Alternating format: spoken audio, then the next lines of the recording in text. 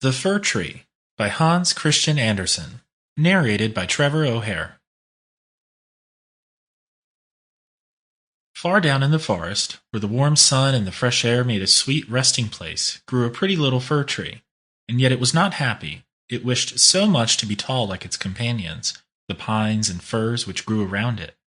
The sun shone, and the soft air fluttered its leaves, and the little peasant children passed by, prattling merrily, but the fir tree heeded them not.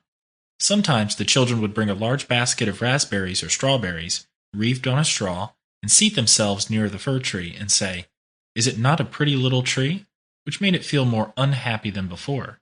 And yet all this while the tree grew a notch or joint taller every year, for by the number of joints in the stem of a fir tree we can discover its age.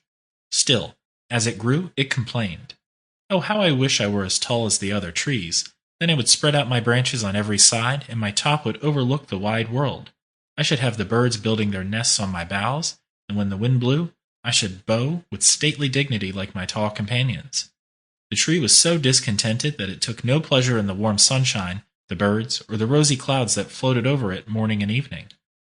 Sometimes in winter, when the snow lay white and glittering on the ground, a hare would come springing along and jump right over the little tree, and then how mortified it would feel. 2 winters passed, and when the third arrived, the tree had grown so tall that the hare was obliged to run round it.